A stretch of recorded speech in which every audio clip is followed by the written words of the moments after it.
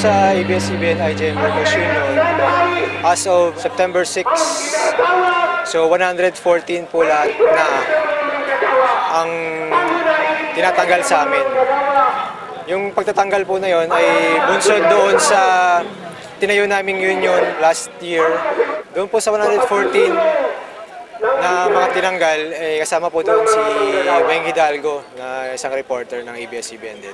Ginigit namin yung mga karapatan namin bilang isang regular na manggagawa sa ABS-CBN. Kasi ang ABS-CBN po ay hindi kami kinikilalang mga kahit na sabihin empleyado, hindi na kami kinikilalang empleyado.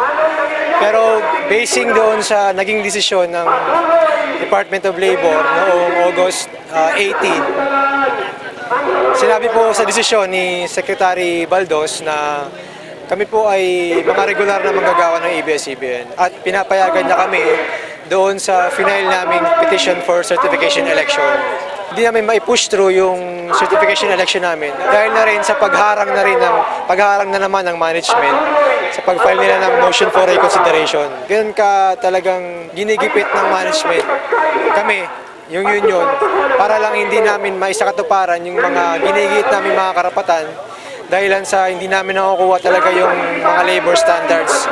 Lalong-lalo na yung 13th month pay. Ang tagal-tagal na naming nilalaban yung 13th month pay na yan, hanggang sa ngayon ay hindi maibigay ng management. Itong mga pagkilos na to ginagawa namin para may pakita sa publiko na may ganitong problema sa ABS-CBN. Doon sa mga natanggal, average na years in service namin ay 10 years. Pinaka-bata sa amin, 5 years na nagtatrabaho. Yung pinaka-matanda, 22 years na nagtatrabaho sa ABS. Kaibigan kayo sir? Kaibigan kayo dito?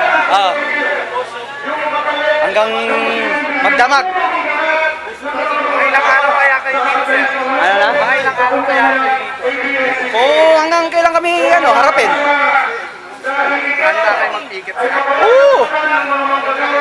Pagdating sa mga ratings, sa mga networks, magkakalaban yung mga yan. Sa paganda ng mga shows, magkakalaban yung mga yan.